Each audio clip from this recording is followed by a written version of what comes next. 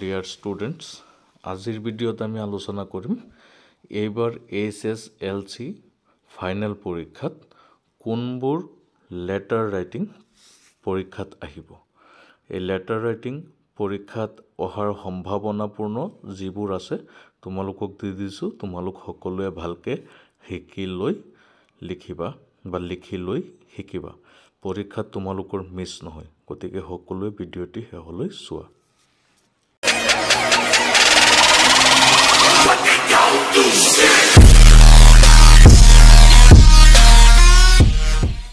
First লেটাৰটো দিয়া হৈছে, write a letter to the editor of a local English news paper about frequent road accidents in your locality. তোমাৰ লোকেলিটিত frequently road accident হৈ থাকে, তাৰ কাৰণে এডিটৰলৈ এটা লেটাৰ লিখা। ইয়াত চোৱা দিয়া হৈছে, to the editor the Assam Tribune Guwahati 03 dated.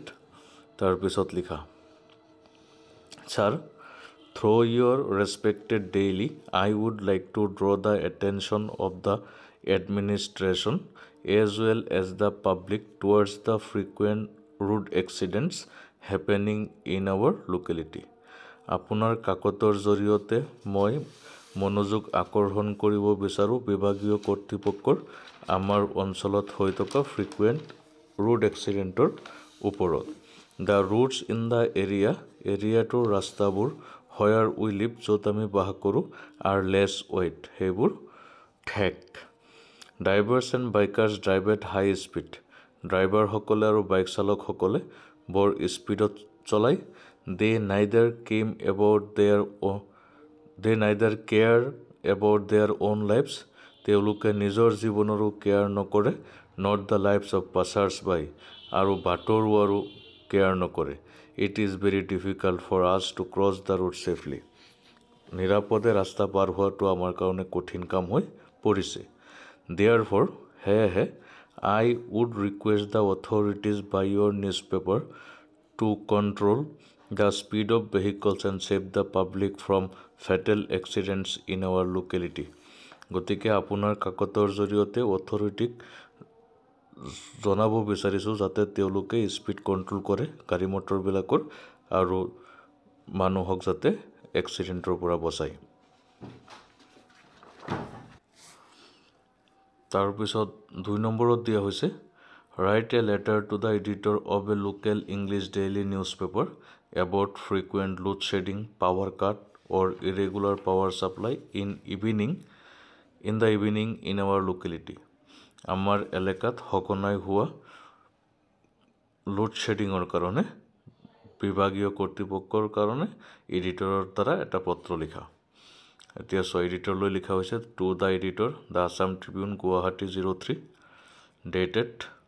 তাৰপিছত sir, through your respected daily news paper I would like to draw the attention of the electricity board and the concerned authority towards the frequent load shedding in the evening in our locality. Our area is plagued with irregular power supply and the officials concerned are sleeping. The most trouble is being faced by those students whose examinations are very near or those patients who are admitted in the hospital. ইয়াত actually কোৱা হৈছে যে আপোনাৰ কাকতৰ জৰিয়তে জনাব বিচাৰোঁ electricity বৰ্ডক যে আমাৰ এলেকাটোত সঘনাই লোড শ্বেডিং হৈ থাকে আবেলিৰ সময়ত। আমাৰ এলেকাটো মানে প্লেগৰ নিচিনা হৈ পৰিছে, দুৰাৰোগ্য হৈ পৰিছে ইৰেগুলাৰ পাৱাৰ ছাপ্লাইৰ কাৰণে, আৰু অফিচিয়েলসকল মানে টোপনিয়াই আছে, কোনেও গুৰুত্ব নিদিয়ে। The most trouble is being faced by those students, বৰ বেছি সেইসকল ছাত্ৰই ফেচ কৰি আছে সমস্যা যিসকলৰ পৰীক্ষা চাপিছে আৰু সেইসকল বেমাৰী যিসকল হস্পিটেলত এডমিট হৈ আছে। দিয়াৰ ফৰ, সেইকাৰণে বা গতিকে, I ask the concern authority by your esteemed newspaper to take necessary steps to stop regular power cut in our locality. তাৰপিছত 3 নম্বৰত দিয়া হৈছে, write a letter to the editor of a local English daily news paper expressing your concern over the incident of crime against women in Assam. অসমৰ মহিলাসকলৰ ওপৰত হৈ থকা নিৰ্যাতন বা অপৰাধ অত্যাচাৰ ইয়াৰ ওপৰত লিখিব লাগে আৰম্ভণিখিনি একেই থাকিব চোৱা তাৰপিছত আৰম্ভ কৰা sir through your esteemed daily I wish to draw the attention of the authorities to the public with concern over the incident of crime against women in Assam. Crimes against women are increasing day by day in Assam. দিনে দিনে অসমত বৃদ্ধি হৈ আহিছে We wrote to the authority several times. আমি বহুবাৰ বিভাগলৈ লিখিছিলোঁ but we didn't get any meaningful result. কিন্তু আমি সফলতা পোৱা নাই Therefore, I request the concerned authority by your esteemed daily to take a necessary step and stop the incident of crime against women in Assam. Yours faithfully, নাম লিখিব লাগে 4 নম্বৰত দিয়া হৈছে Write a letter to your friend inviting him her to join a picnic party. তোমাৰ বন্ধুলৈ এটা চিঠি লিখা এখন চিঠি লিখা যাতে আহি তোমাৰ লগত এটা পিকনিকত জইন হয় My dear friend A Please accept my heartfelt love at the beginning of my letter. চিঠিখনৰ আৰম্ভণিতে আন্তৰিক মৰম গ্ৰহণ কৰিবা I am absolutely fine here now. মই এতিয়া ভালে আছো I hope you are also doing well at home by the grace of God. ঈশ্বৰৰ কৃপাত তুমিও ভালে আছা বুলি মই আশা ৰাখিছো I have an interesting news for you. তোমাৰ কাৰণে এটা বৰ ইন্টাৰেষ্টিং নিউজ আছে All the students of our class আমাৰ ক্লাছৰ সকলো ছাত্ৰ ছাত্ৰী have decided to go to Tezpur. তেজপুৰত যোৱাৰ সিদ্ধান্ত লৈছো for a picnic খাবলৈ on New Year's Day নতুন বছৰৰ দিনাখন This is a very nice and ideal place for picnic with the natural beauty.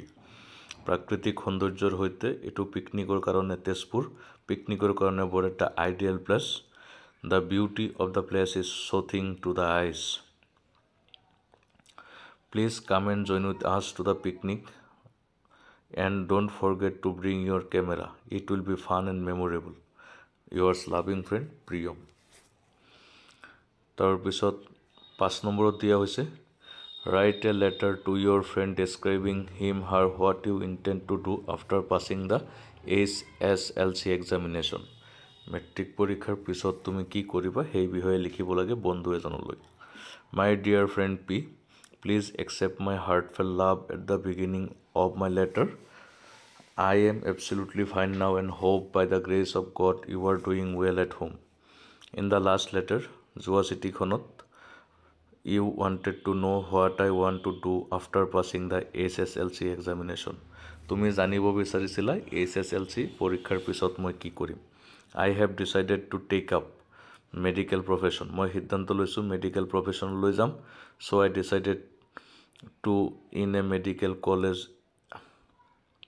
decided to enter in a medical college and to study medicines. I want to dedicate my life for the betterment of suffering humanity. Now I want to know about your ambition of life. Send me your answer as soon as possible, not anymore today. Express my love and respect to your parents. Yours sincerely. তাৰপিছত নাম লিখিব লাগে address লিখিব লাগে 6 নম্বৰত দিয়া হৈছে number 6ত Write a letter to your friend describing him her about your aim in life. নিজৰ aim in life ওপৰত লিখিব লাগে চিঠি এটা এটো তোমালোকে চোৱা কেনেকৈ লিখা হৈছে My dear friend, please accept my heartfelt love at the beginning of my letter. I am absolutely fine now and hope by the grace of God you too are doing well at home. You wanted to know about my aim in life in the last letter. Okay, I am telling you, actually, the aim of my life is to become a successful doctor. Apart from this, I want to dedicate myself for the betterment of the society. What is yours? I want to know about your aim in life. Give the answer as soon as possible. Not anymore today. Express my love and respect to your parents. তাৰপিছত নাম লিখিবা date লিখিবা 7 নম্বৰত দিয়া হৈছে Suppose you are the General Secretary of the Students' Union of your school. Write an application to the headmaster or principal. Request him to grant a half holiday to enable the students to enjoy a cricket match that will start at 1 p.m. in the school field.